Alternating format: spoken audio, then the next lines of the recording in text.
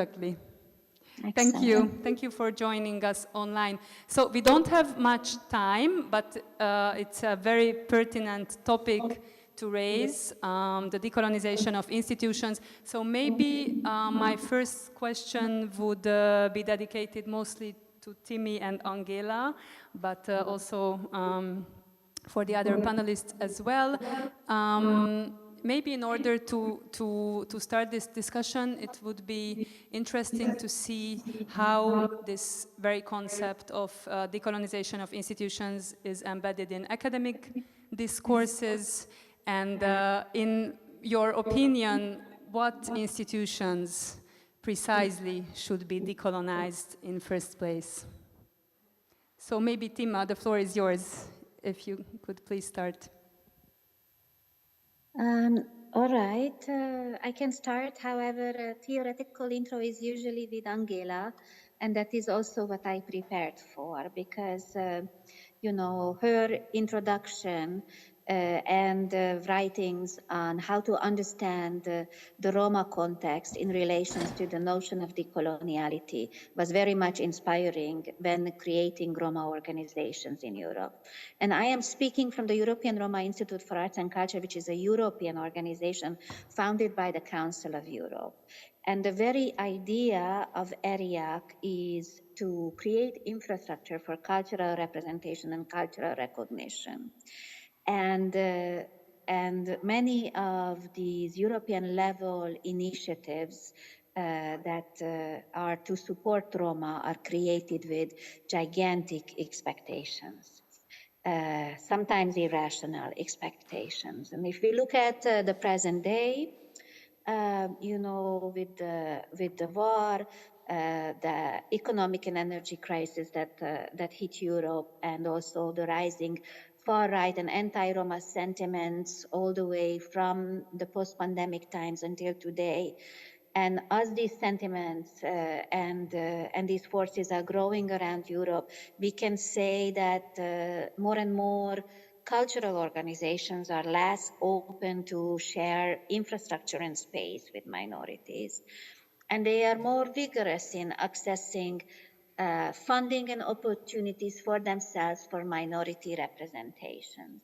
So the decolonial movement and the current forces in the political and geographical map of Europe are very much, you know, contradictory.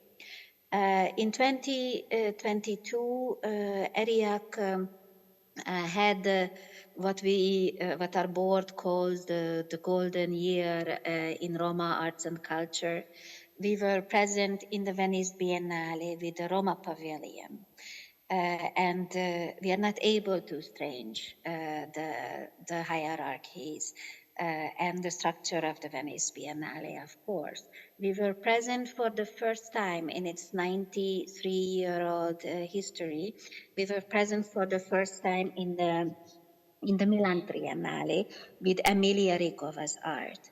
Together with OFF-Biennale, Roma MoMA, our collaboration was in the center of Kassel at the Documenta 15, exhibiting artists, as you know, Eszter, Tamás Péli, Ómara, Cseja Stojka, János Balázs. So a very strong Roma contribution in the middle of Documenta 15. And apart from all this, we were also curating content for Manifesta 14 in Pristina last year. And we continue these interventions this year. For example, Moussem Marseille has the Barvalo exhibition, which is an exhibition on cultural history. And I'm giving these examples to demonstrate how accessing infrastructure remains a very important priority for the decolonial movement when it comes to the Roma decolonial struggle.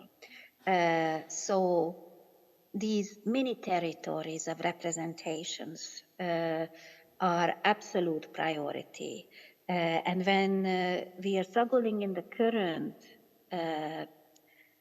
how shall I say, tendencies and the current context of politics and geographical constellations, we realize that maybe the Roma movement did start in the late 1960s, and the struggle for Roma cultural recognition did start in the late 1960s. Accessing infrastructure hasn't become easier, and it's at the same exact level, if not at a worse position.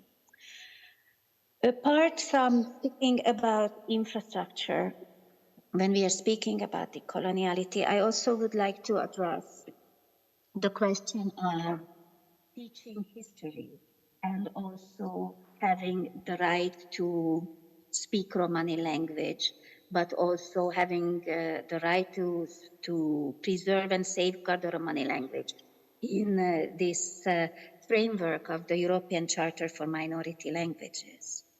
So understanding that the Romani language is an endangered language and only every fourth person speaks Romani today, and understanding that preserving this language is a European minority cultural right is an education process that ERIAC has taken up and is very much in the center of the current cultural movement. I also think that it's a huge achievement that we are managing to reinvigorate the transnational language and to negotiate a transnational Romani language for the re-education of the minority, but also to start acting, prefiguratively, as Roma Muma does, by the way, start performing like an institute like the Goethe Institute, the Cervantes Institute, start performing the transnational institute, even without an important and prestigious and state-of-the-art infrastructure. I stop because I know we are in lack of time. I just mention how ERIAC's primary strategy is really aiming for extending these strongholds and connecting, upscaling existing initiatives, which act as these small national, of course, transgressed national, not just symbolic, but actual, literal, almost territorial locations that add to our translocality and transnationality, projecting, but not just projecting, but also creating power for the community on the European level. I think I must stop because I don't know our time limits, but feel free, Eszter, to moderate me. Thank you very much, Tímea, and thank you also for bringing up concrete examples. And before continuing how other institutions are tackling with these issues, I'm turning toward Angéla how all these contradictory situation is translated in academic discourses. Yeah. Okay. Thank you so much. So first of all, I'm really glad, actually. I'm very, very grateful to have this discussion and the roundtable discussion here. So before I'm going to start, so the article what he wrote with Renan, that was in 2009, and the title was Racism, Neocolonialism, and Social Justice, the Struggle for the Soul of Romani Movement. I don't want to go into that, and also I don't want to go into the theoretical discussion, because I think you could go back and read the article. But the main point is that even in that time, or I think even today as well, so many times we are questioned that can we talk about colonialism in the case of Roma, since we define colonialism in a very narrow term. But I think that period is, over. Thanks God, many scholars already question and challenge, and what we try to do to challenging this kind of narrow conception of colonialism and enlarging and applying in the case of Roma, and certainly colonialization is a domination which could be manifested in various ways, right? So it doesn't need to be a historical military invention. It can be done perfectly by political, social, and economic control and domination. Anyway, so you can read it, and also we refer in that even in the Romani movement as well, so we can recreate and reproduce that kind of domination and kind of colonial, actually, technology which has been applied through various years. And talking about decolonization in the academia, I think it's very much related to the point which was mentioned by one of those previous speakers, I think maybe Laru-an, when she was talking about the structural contradictions. And that's really captured my imagination, because basically that's what is so much describing the situation. So we are talking about decolonization, decolonizing content, decolonizing classroom, decolonizing everything,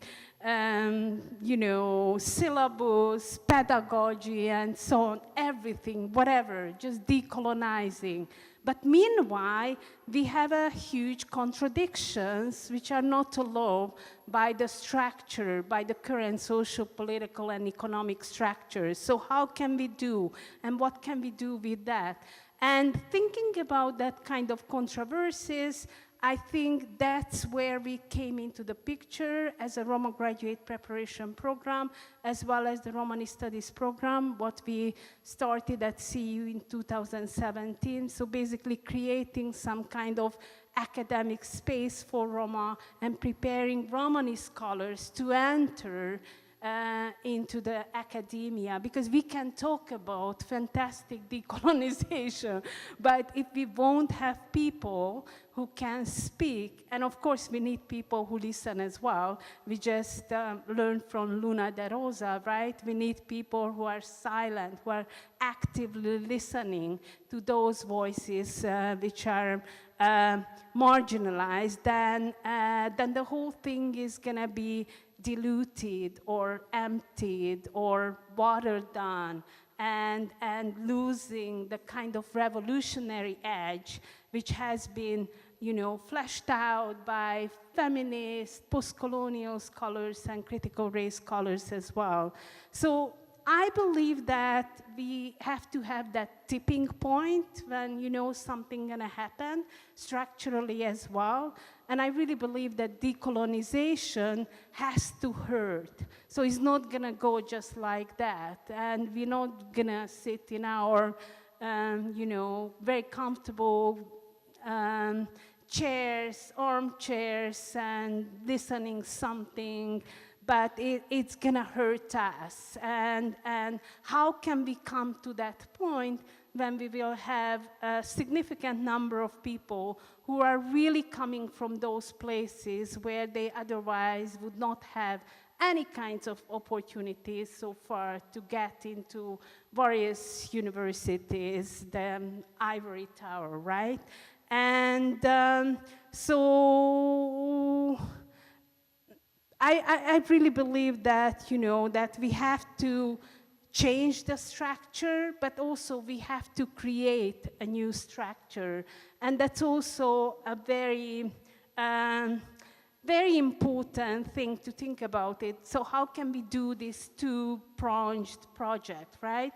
So on one hand, changing the existing structure, as it was told at the previous roundtable as well. So we still have all these cultural institutions. So do we want to do something with that, or we're just gonna withdraw because we want to do our collective projects, and we just have no space there and no place there? Or we can create an alternative or alternate forum, just as ERIAC, and how can we create bridges and transitions and a kind of ecosystem around this kind of institutions, which will be, you know, decolonized. So also in terms of approaching, I would distinguish that, and after that I'm gonna finish, so like an additive way. So are we adding just some voices and some perspective, or are we gonna go with the more radical way, like questioning and critiquing categories, structures of knowledge, and standards, actually, particularly in the academia, which is the most conservative, right? And most rigid as ever. So we are inviting to have decolonial curriculum and syllabus and so on. Meanwhile, we are underlining the fact of academic excellence, and who's the sorry. No, but really, and based on objective criteria. Really? I mean, are we still, you know, having this kind of discussions? Aren't we over on this? No, I think even in the most progressive institutions, we are still stuck in this kind of, you know, debate. So just connecting back, you know, what I started, so the structural contradictions, right, is very important. How our very progressive decolonial force is gonna be conflicted with all kinds of structural issues which are given in the system. Thank you. Thank you very much. Yeah, I'm very curious how these structural inequalities and controversies are appearing in your institutions. Thank you. Thank you for the invitation. Yeah, I come from the museum sector, and the first question: what is the museum? Maybe old, very educated white European man. And we share this idea to everywhere. But this idea is not acceptable sometimes.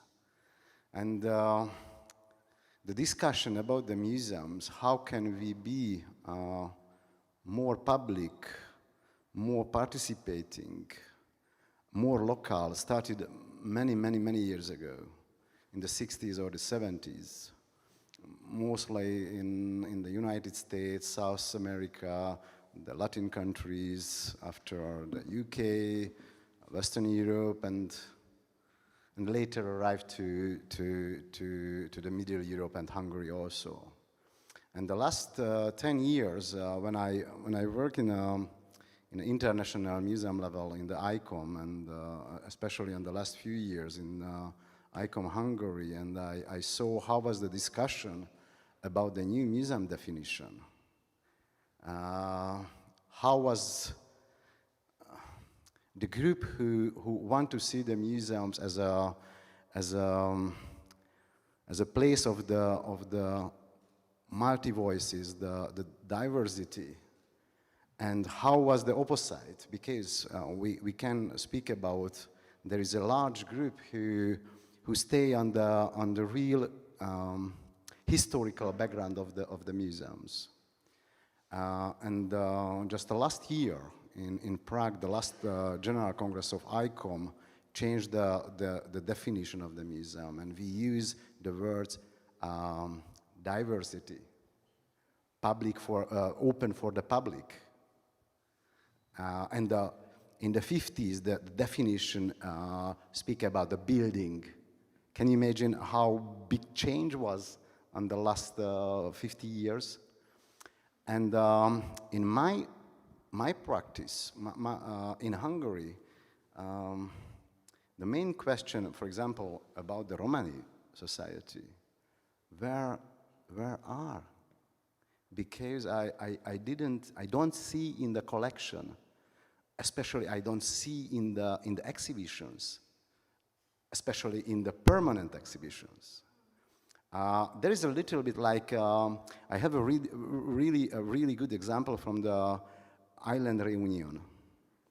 There was a large project about make a museum for the locals, the Creoles.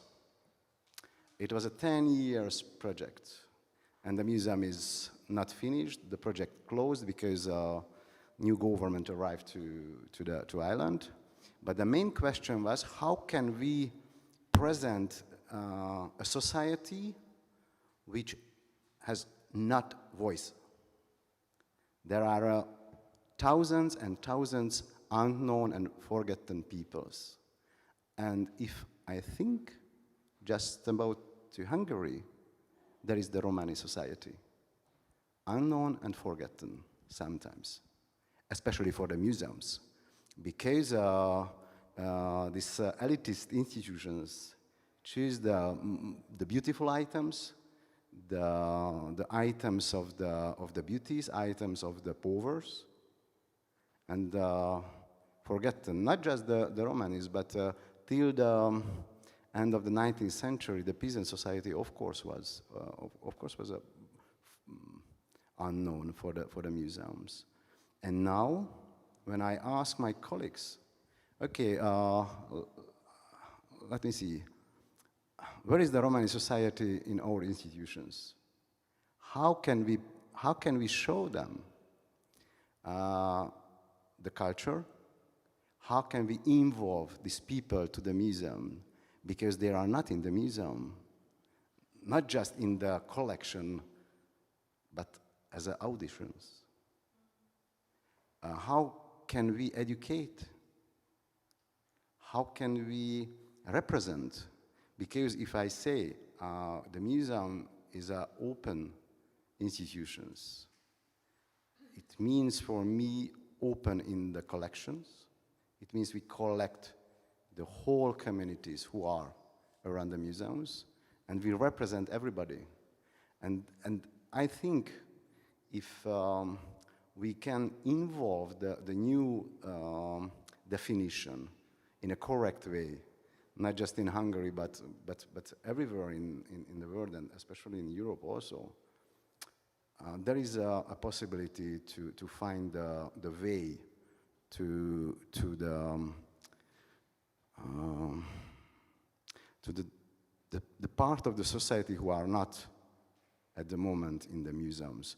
And there is not just the minorities, but the less educated people also, the poor people, because the poor society is so far from the museums. And the ICOM Hungary started to speak on the last November about the new definition. How can we involve or practice in the Hungarian museums? And the first step was to speak about the new definition. The second was we talk about the sustainability, and the next will be in this, I think in October. We will speak about the Romani society in the museum. Because if we speak about the decolonization in the museums in Europe, especially in Hungary, we can start at this point because there is our missing point in that case. Thank you. Thank you very much. We would definitely need much more time to go into details over this, but let me ask Renan what your experiences are related to all these questions: community participation, decolonizing institutions. Thank you so much. I'm so happy to hear,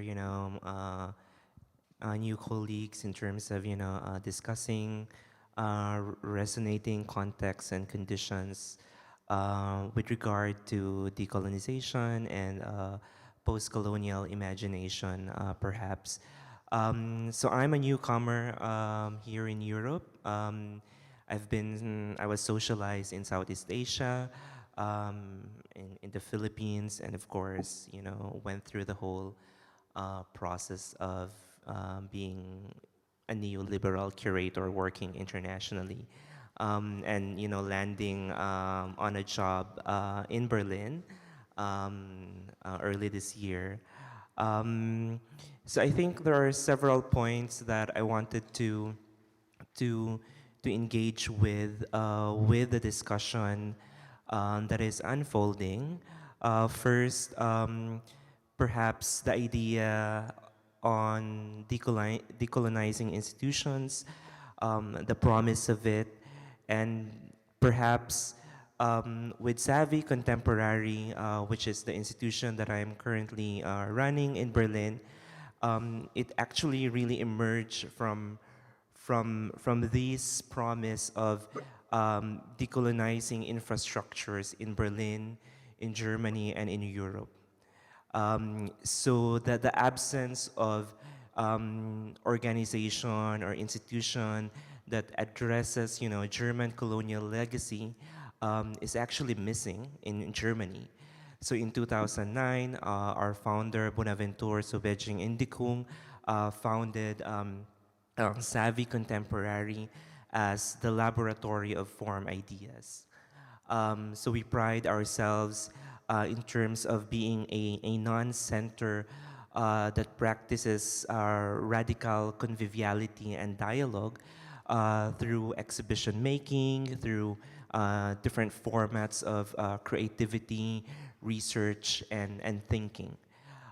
So there's this claim already in terms of how do we actually generate a kind of rupture in terms of the ecology of institutions and the history of their formations, not just within Europe, but actually internationally. So I think there's also that role that there are two things in terms of the temporality of decolonization. No, I feel like here in Europe there's kind of catching up on decolonization, and in other places there's the whole kind of perversity of decolonization, in which, as we all remember in history, how decolonization had also this very specific relationship with, say, authoritarianism, with fascists and kind of, nativist stance in terms of creating nation states, for example. On another hand, also, the notion of decolonization as something that would actually, rupture into certain kind of new progress or modernity through developmentalism, for example, which of course this is something that Eastern Europe, Africa, and Southeast Asia share with, this whole idea of developmentalism, which would be a juncture between modernity and, say, neoliberal capitalism, for example. So I think all of these conditions all of these conditions actually deliver us into these contradictions. And I think the next question is that how do we stay within these contradictions? And how do we operate beyond this also another legacy of modernity, or European modernity, or even, American liberal education, which is criticality? How do we go beyond, this kind of universalizing effect and impact of institutional critique? So on one hand, there's also this, with Savvy Contemporary, its emergence, of course, and all other, initiatives, maybe in the Global South and in other peripheral areas, they of course emerge out of critique, out of this kind of reflection that something has to be done, But, after critique, what happens to critique actually? So this is also the question of risk and maintenance of critique. How do we generate, productive criticism that allows us to propose something? So for Savvy, we also see, for example, the kind of, in a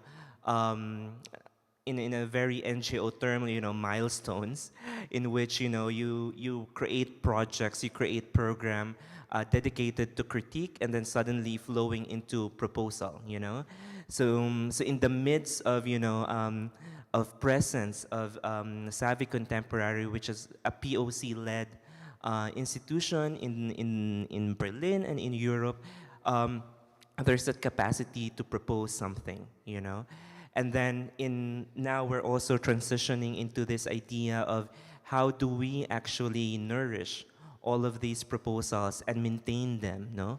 So going beyond this kind of, you know, questions of sustainability, you know. So there's also the curatorial act in terms of institution building and institutional maintenance, in which we have to discriminate the kind of, you know, struggles and the kind of, we have to devise concreteness in our practice as well. So I think by devising and designing this kind of, you know, ways of instituting, also allows us to think about operations.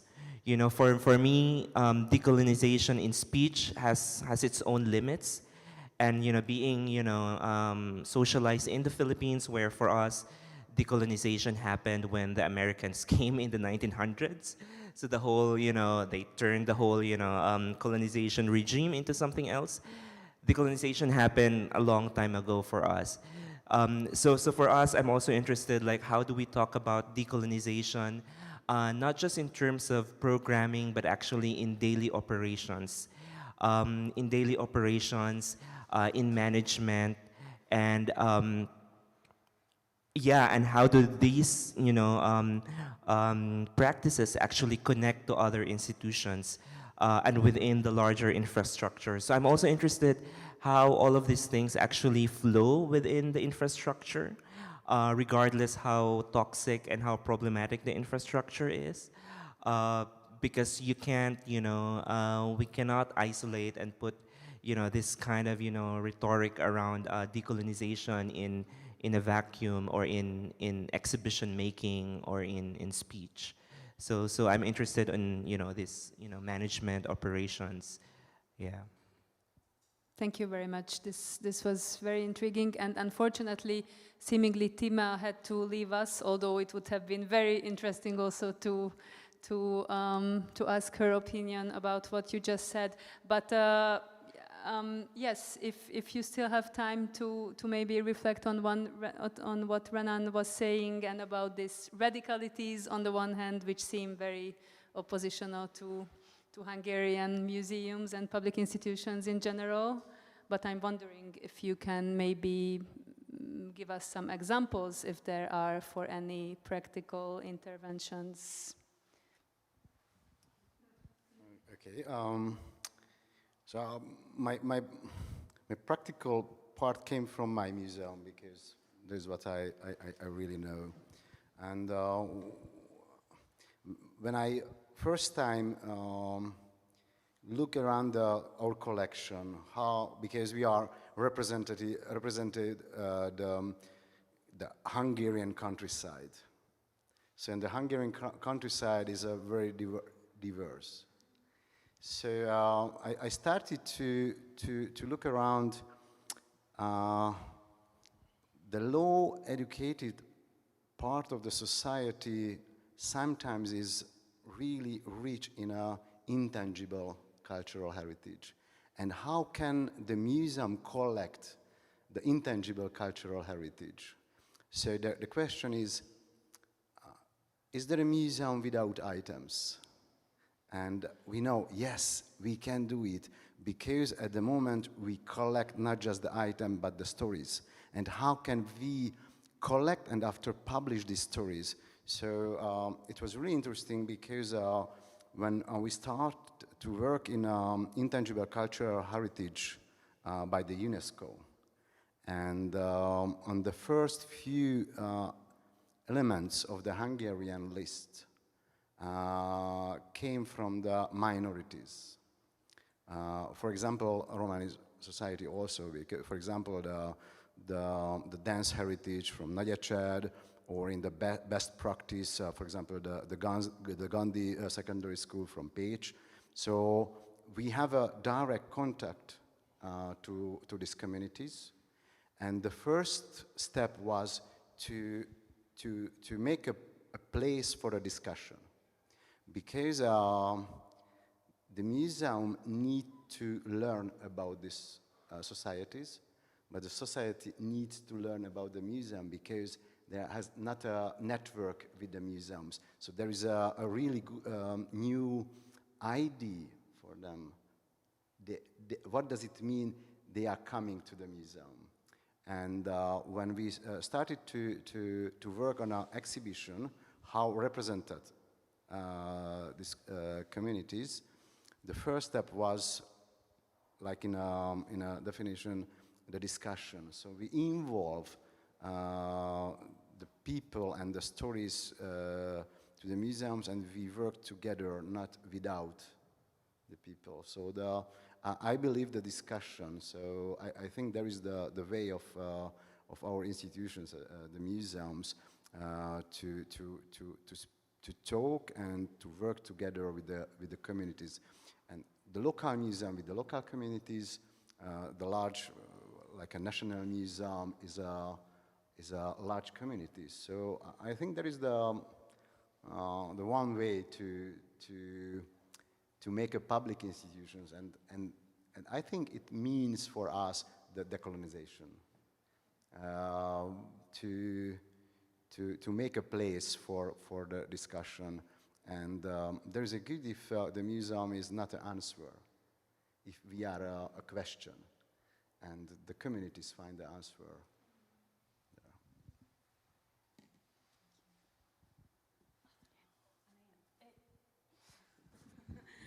No, it's just so rich, and I think we could stay for an hour, right? Particularly, I start to think about that, stay in or work against the system, or how can we stay inside but fight against the system and creating some kind of space and changes. Are you going to stay on the margin of that particular institution and reproducing the marginality from there? Or are you really able to break through some walls and through daily operations and policies and institutional mechanisms? I think it's a huge question, because somehow we are imbricated in this neoliberal capitalist system, right? And somehow we are commodified, and our work and art as such, and education as well, and think about education, which is really, it's one of the, actually, education certainly helps to legitimizing and reproducing social inequality and social status in the society. So how can we fight against that? How can we change that? And many of you talked about the social class, the class issue, right? The poverty, which really structural obstacles to get to those art spaces. But thanks God, we have so many community places. I know that. But somehow we can still, find the same kinds of hierarchization in the education system, as well as in the museums as an institutions, as in colonial time. Yeah, I mean, of course, just to say also that, of course, there are people and there are institutions who are doing the good work, just to be,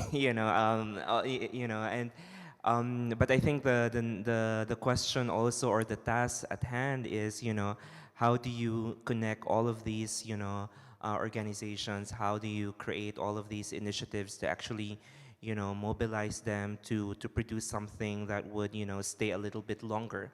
Than the idea that decolonization is just a trending topic, So for me, I'm also interested in translating all of these things into the logistics of decolonization. Especially coming from curatorial practice, which I think is largely logistical.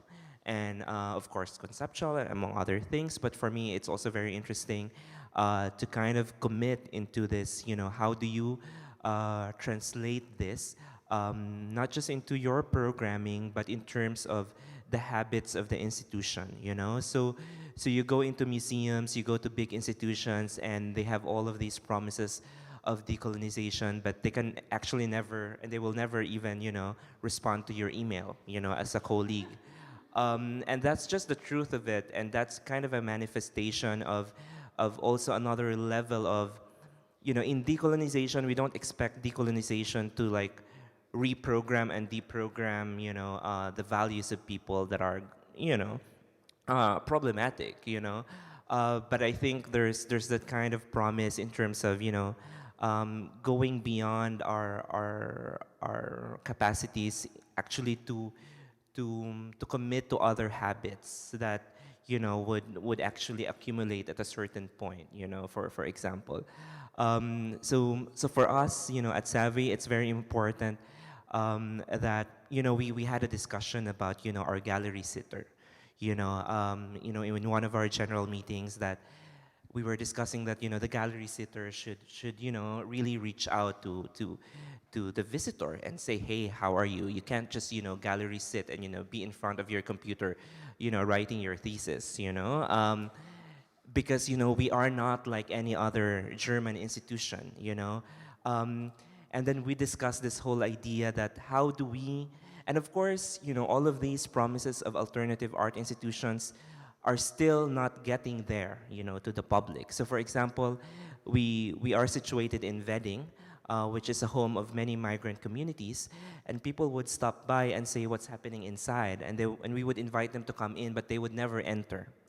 So there's already that kind of, they would never cross the line once they know that it's art, you know, because like, why would you go into something, you know, that it's artistic, that wouldn't give you anything, you know? So one of our discussions is that, you know, how do we, so of course we're not doing, you know, community projects in just to please, you know, funders, but there was a really interesting point coming from our member who said, how can we bring the projects and what we do closer to the door? You know, how can we bring it closer to the door so they can actually see it from the outside? So that kind of modesty and humility in programming is something that I'm also very much interested. Not just, of course, this epistemological humility, but maybe, you know, curatorial modesty, you know? Like, how do we become more humble in terms of our promises? And then another thing that, you know, one member mentioned is that, you know, people don't go to institutions because they think institutions are already sufficient. Like, we have nothing to offer to them. So, and the proposal is that how can we as an institution let them know that we also need them, you know? Because, and that's true, you go to rural villages, once your house becomes, you know, like gated and everything, your neighbors will not go to your house because, you know, they're already rich, you know, they're already fancy. We're not gonna be friends with them. So I think this is also what we're also interested in, you know, like how do we make ourselves, you know, in a way needed, you know, or allow the public to see that, you know, we also need them to kind of put forward our own insufficiency. And I'm saying all of these things because I think we can also skip the use of the word decolonization and actually go into other, you know, more humane and more, you know, quotidian terms of dealing with the realities instead of, you know, like, of course, I understand the need for the discussion of it and to kind of discursify it, but, you know, at least for institutions, I feel like there's a need to do certain actions like this. Thank you very much. Yeah, thank you for bringing up all these interesting topics. As I said, it can only be an introduction to this discussion. But in order to enhance discussion, I'm asking if there's anyone from the public who would like to have any question. Yeah.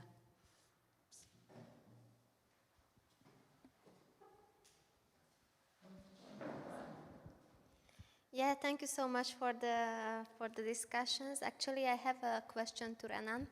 So I've been living in Belgium for a few years now, and I had the chance to talk to artists and also people with African descent.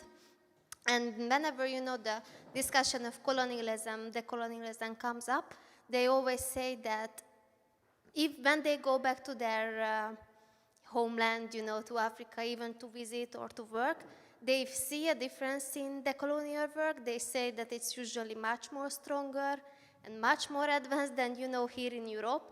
And I always find it, you know, really interesting. However, because I'm a Roma person, you know, my homeland is in Hungary, you know, so I cannot really relate with it. And I just would like to learn about your insights, whether you see a difference between Europe and then the colonial state, you know, and whether there is any,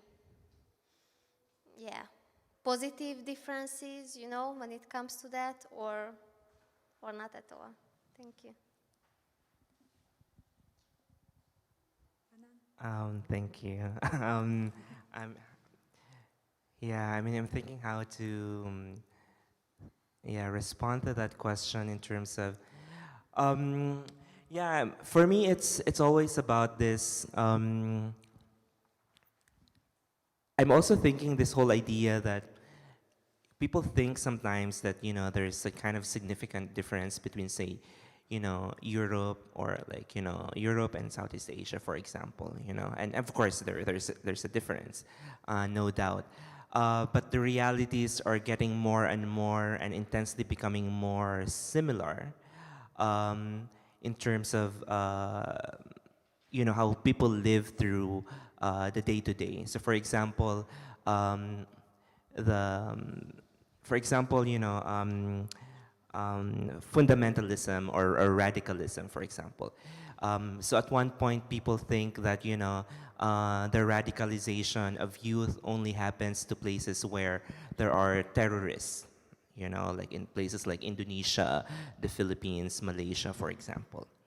But then later on, you would realize that, you know, how right-wing, you know, movements are radicalizing the youth are actually very similar with how, you know, during the 90s and 2000s, you know, disenfranchised youth were radicalized in these places. But people do not see any kind of, they do not bring these cases together. And that's the problem, because there's a lack of connection and there's a lack of comparison and therefore we're always stuck in you know, this kind, okay, this is happening in Europe and maybe this is an isolated case. So it becomes kind of a case of isolation, and it becomes like a singular kind of cause or problem, for example. So one of the impact, again, I think of colonialism is that, you know, it has fragmented all of these, you know, things. And I think our task also is that we need to find ways in which we could bring all of these cases or all of these, you know, situations closer again, you know. So for example, you know, the case of the Romani communities, how can we actually, when I was, you know, doing Prague Biennale Matter of Art, I kind of, you know, open up the discussion about, you know, the stateless communities living on the sea between, you know, Malaysia, Indonesia, and the Philippines. But there's not much of literature around it. But the case is very similar with Romani community. So there are stateless, you know, indigenous groups, you know, living on, you know, this sea area. So I was wondering, like, how could we actually bring these issues together?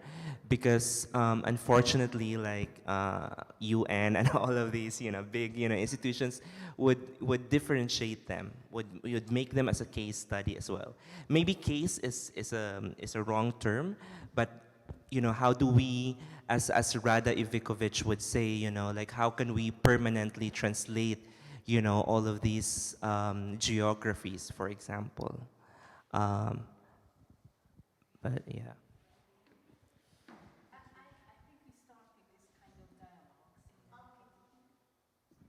No, I know that we are out of time, so just like I think we already started this kind of dialogue, so like bringing and connecting epistemologists, if you want to say that, like people who are facing with similar struggles and challenges, or who are similarly racialized, gendered, and sexualized, and marginalized, discriminated, such as Roma. I think it's really important because in the academia as well, so we very much stick to the comparative framework, right? So you compare apple with apple, or with pearl, but how can we compare? So it's again like challenging this kind of framework instead of comparison. So why don't we use the term relationality, and making this kind of connections which can rewrite the borders and boundaries of this group. I'll stop here. Yeah, we are indeed running out of time, but if there is a very last question, I think we might still have time for that.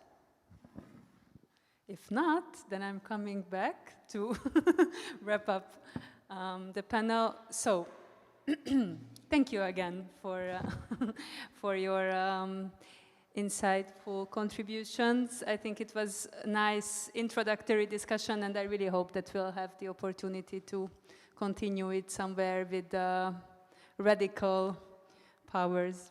Thank you very much.